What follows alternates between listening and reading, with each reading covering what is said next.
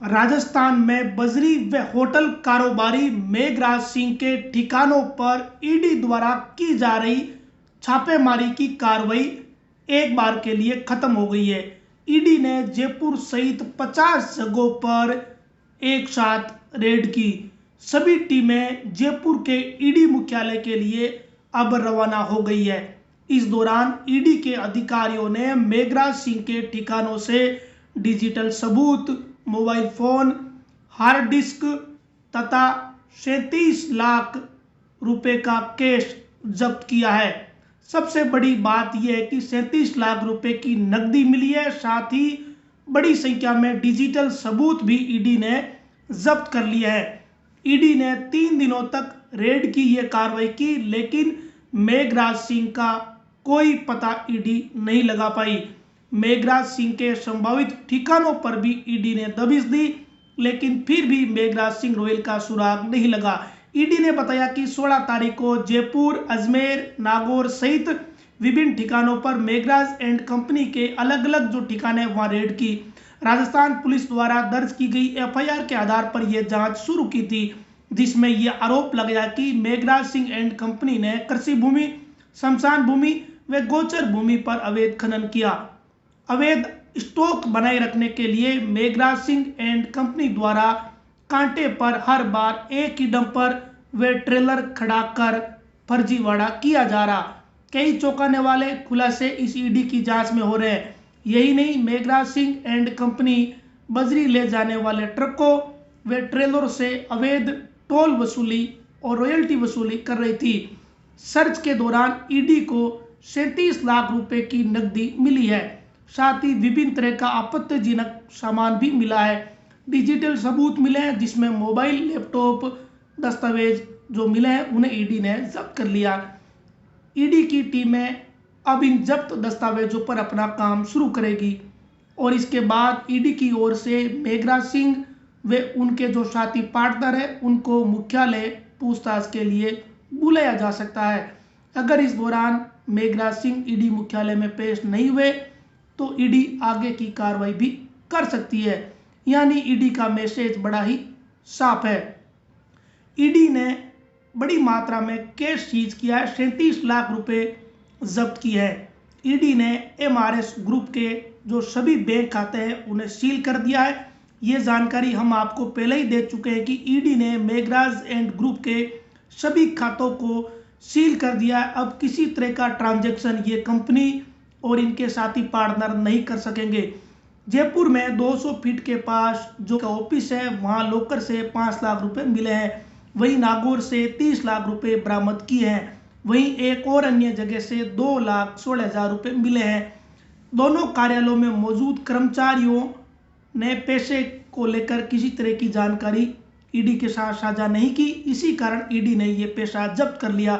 नागौर में जो पैसा जब्त हुआ इसे लेकर हम आपको आगे इसी वीडियो में जानकारी देंगे कि ये पैसा कौन सा पैसा हो सकता है।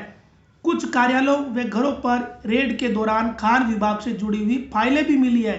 24 से अधिक डिजिटल सबूत ईडी ने सीज कर लिए हैं, जिसमें इलेक्ट्रॉनिक उपकरण शामिल है। ईडी की साइबर टीम मौके पर इनको क्रैक नहीं कर पाई। अब इन उपकरणों को मुख्यालय ले जाया जाएगा, वहां पर इनको खोलने की कोशिश की जाएगी। ग्रुप में विदेशों में भी संपत्ति इकट्ठा कर रखी है। यह सबसे बड़ा इनपुट इस मामले में आज अपडेट है कि मेघराज सिंह एंड ग्रुप ने भारी मात्रा में पैसा विदेशों में इन्वेस्ट कर रखा है। यह सामने आया कि ग्रुप का बड़ा पैसा विदेश में जमीन में इन्वेस्ट किया गया है। साथ ही चौंकाने वाली बात यह भी है कि लंदन में नागरिकता होने की भी बात सामने आ रही है। मेघराज सिंह एंड ग्रुप के सभी पार्टनर विदेश की संपत्ति उनकी क्या है इसे लेकर जानकारी ईडी ने मांगी है। यह भी सामने आया है कि ग्रुप के कई सदस्य कई महीनों के लिए लंदन भी गए थे। इनपुट तो यह भी है कि प्रदेश के कुछ बड़े राजनेता इस ग्रुप के साथ मिलकर लंदन में इन्वेस्ट कर चुके हैं। अब नेताओं को लेकर जो बात सामने आई है इसमें कितनी सच्चाई है, इसका जब ईडी अनुसंधान करेगी तभी जाकर खुलासा होगा।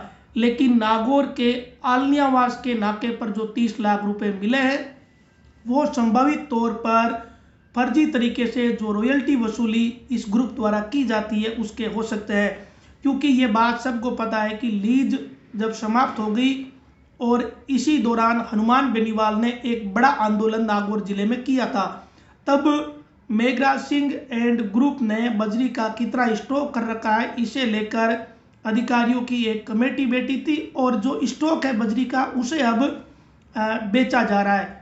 उसी स्टॉक को बेचने की आड़ में रॉयल्टी वसूली बजरी की चल रही है। ये एक बड़ा खेल है। रियाबड़ी के आलनियावास क्षेत्र में बहुत बड़ा व्यापक खेल मेघराज सिंह एंड ग्रुप द्वारा पिछले कई सालों से खेला जा रहा था। जो सबसे अधिक केस जब्त हुआ है वो नागौर के आलनियावास के नाके से ही जब्त हुआ है। आलनियावास का ये जो रॉयल्टी नाका है ये भयंकर विवादित नाका रहा है। यहाँ अपराध की घटनाएं भी हो चुकी है। यहाँ पर गाड़ियों में आग लगाई जा चुकी है। यहाँ जानलेवा हमले की घटनाएं हो चुकी है। नागौर जिले के रियाबड़ी क्षेत्र में आलनियावास के अलावा कुछ और नाके भी इस बजरी रॉयल्टी वसूलने वाले ग्रुप ने बना रखे थे, लेकिन समय के साथ साथ कुछ नाके कम हो गए। लेकिन इस माफिया की ताकत पिछले राज में कितनी थी इसका अंदाजा इस बात से लगाया जा सकता है कि किसी भी अधिकारी की हिम्मत तक नहीं होती थी कि इनके खिलाफ कोई कार्रवाई कर दे। इनके लोग रॉयल्टी वसूली के नाम पर सड़कों पर सरेआम बोलेरो कैंपरों में सवार होकर डंपरों का पीछा करते हुए देखे जाते थे। ये सारे घटनाक्रम रियाबड़ी व आलनियावास क्षेत्र के लोगों के लिए आम बात हो चुकी थी। इस बात से अंदाजा लगाइए कि जो लूणी नदी का क्षेत्र है, जो अजमेर बॉर्डर के बाद जो नागौर जिले का रियाबड़ी उपखंड क्षेत्र आता है, वहाँ आलनियावास सहित आसपास के जो गांव हैं वहाँ गोचर की जमीन को खोद डाला गया। बजरी निकालने के लिए लीज की आड़ में पूरी जमीन को ही खोखला कर दिया गया। इस माफिया की ताकत का अंदाजा इस बात से लगाइए कि पूरे पिछले शासनकाल के दौरान वहाँ हर वक्त बजरी निकलती रही। चाहे लीज थी तब भी बजरी परिवहन हुई, लीज नहीं थी तब भी वहाँ बजरी निकाली गई। अजमेर बॉर्डर से सटे हुए नागौर जिले के इस क्षेत्र में यहाँ एक अलग ही तरह की व्यवस्था शुरू कर दी गई थी। स्थानीय अधिकारियों की हिम्मत भी नहीं थी कि इनके खिलाफ कोई कार्रवाई कर सके। जब हनुमान बेनीवाल ने इस बजरी के खेल को लेकर मोर्चा खोला, तब जाकर जो बजरी का स्टॉक था उसे चिन्हित किया गया और उसके बाद नया खनन करने से रोक एक बार लगी, लेकिन फिर वही गतिविधियां शुरू हो गई और इस स्टॉक को निकालने के नाम पर वहाँ रॉयल्टी वसूली का खेल चलता ही रहा। अंदाजा इस बात से लगाइए कि रोजाना सैकड़ों की संख्या में डंपर, ट्रेलर, ट्रैक्टर इस रियाबड़ी क्षेत्र से बजरी लेकर गुजरते थे। हर डंपर चालक से, ट्रेलर चालक से, ट्रैक्टर के चालक से सरकार ने जो रेट तय कर रखी थी उस रेट से कई गुना ज़्यादा रॉयल्टी की वसूली खुलेआम चलती थी। बाकायदा पर्ची पर रॉयल्टी की राशि लिख कर दी जाती थी। इस ग्रुप की हिमाकत कितनी थी इसका अंदाजा सिर्फ इसी बात से लगाया जा सकता है। स्थानीय थाने, स्थानीय खनन विभाग की तो कोई औकात भी नहीं थी। ना तो पुलिस कुछ कर पा रही थी और ना ही खनन विभाग कुछ कर रहा था। एक बड़ा घालमेल, एक बड़ा कोकस तैयार कर लिया था जिनके सामने प्रशासन बहुत ही बोना और छोटा पड़ गया था। प्रदेश की नई भजनलाल सरकार के इस राज में ईडी ने जिस तरीके से ताबड़तोड़ कार्रवाई की है उससे अवैध खनन पर निश्चित तौर पर एक रोक लगने की उम्मीद जगी है। लेकिन दूसरी तरफ एक चिंता यह भी है कि अगर इसी तरीके से ताबड़तोड़ कार्रवाइयों का दौर चला और बजरी का खनन ही रुक गया तो फिर बजरी महंगी भी हो जाएगी। ये भी चिंता आम लोगों के मन में है। सरकार को जल्द ही इसका कोई स्थायी तोड़ निकालने की जरूरत है ताकि बजरी महंगी दर पर नहीं मिले। बजरी का एक डंपर 40,000 से 50,000, 30,000, 35,000 इस तरीके से पिछले 3-4 सालों में बिका। कोई निश्चित दर बजरी की नहीं रही और इस ग्रुप ने राजनीति में भी दखल अंदाजी दी, ये बात सभी जानते हैं। और अगर शायद ये ग्रुप राजनीति में दखल अंदाजी नहीं देता तो आज ये परिस्थितियां नहीं आती।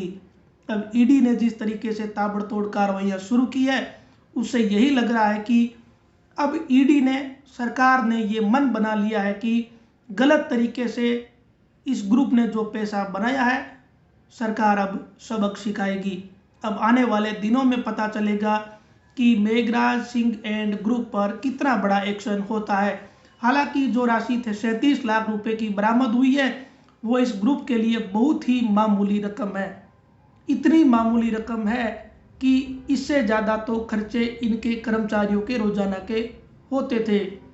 नागौर में जो आलियावास का नाका, वर्तमान में तो यहाँ कर्मचारी कम है, लेकिन एक समय यहाँ ऐसा था जब 100 लोग एक ही नाके पर रहते थे। तो उससे अंदाजा लगाइए कि लाखों रुपए का तो खर्चा यहाँ कर्मचारियों की आवभगत और उनके रहने में ही लग जाता था। तनख्वाह की तो बात ही कुछ अलग थी। इतना लंबा चौड़ा कारोबार, इतना लंबा चौड़ा सेटअप इस ग्रुप ने खड़ा कर लिया कि पूरे राजस्थान में बजरी पर इनका एकाधिकार हो गया और ये लोग बेखौफ होकर टोंक से लेकर भीलवाड़ा, नागौर सहित प्रदेश की अन्य जगहों पर बजरी खनन करते ही रहे। कभी स्टॉक के नाम पर, कभी लीज के नाम पर, कभी रॉयल्टी के नाम पर, हर जगह पैसों की बारिश हुई। भयंकर पैसा इस ग्रुप ने कमाया, इसमें कोई दो राय नहीं। अब इन्होंने कितना पैसा लीगल कमाया, कितना पैसा इलीगल कमाया, ये जब ईडी अपनी जांच करेगी तभी जाकर इसका पूरा खुलासा हो पाएगा। अभी जो ईडी ने डिजिटल सबूत जब्त किए हैं, उम्मीद है कि इन सबूतों से कुछ ना कुछ जरूर हासिल ईडी को हो जाएगा। एक बात और अहम यह है कि अगर गालमेल नहीं होता तो मेघराज सिंह व उनके पार्टनर ईडी के सामने आ जाते, लेकिन जिस तरीके से ग्रुप से जुड़े हुए बड़े लोग गायब हुए हैं और ईडी उन्हें ढूंढ रही है, उससे यही अंदाजा लगाया जा रहा है कि कोई ना कोई बड़ा गालमेल इन लोगों ने जरूर कर रखा है। इसी कारण ये लोग ईडी से बच रहे हैं। लेकिन ईडी से भला कितने दिन तक बचेंगे? झारखंड के मुख्यमंत्री को भी ईडी ने गिरफ्तार कर लिया था। ईडी के लिए ये कानूनी प्रक्रिया है, सारी कानूनी प्रक्रियाओं का पालन होगा और बजरी को लेकर ये कोई इसमें दो राय नहीं है और किसी को ये कहने में संकोच भी नहीं होना चाहिए और इस पूरे प्रकरण में किसी को एक अलग रंग नहीं देना चाहिए कि बजरी के इस मामले में इस ग्रुप ने कोई बदमाशी नहीं करी।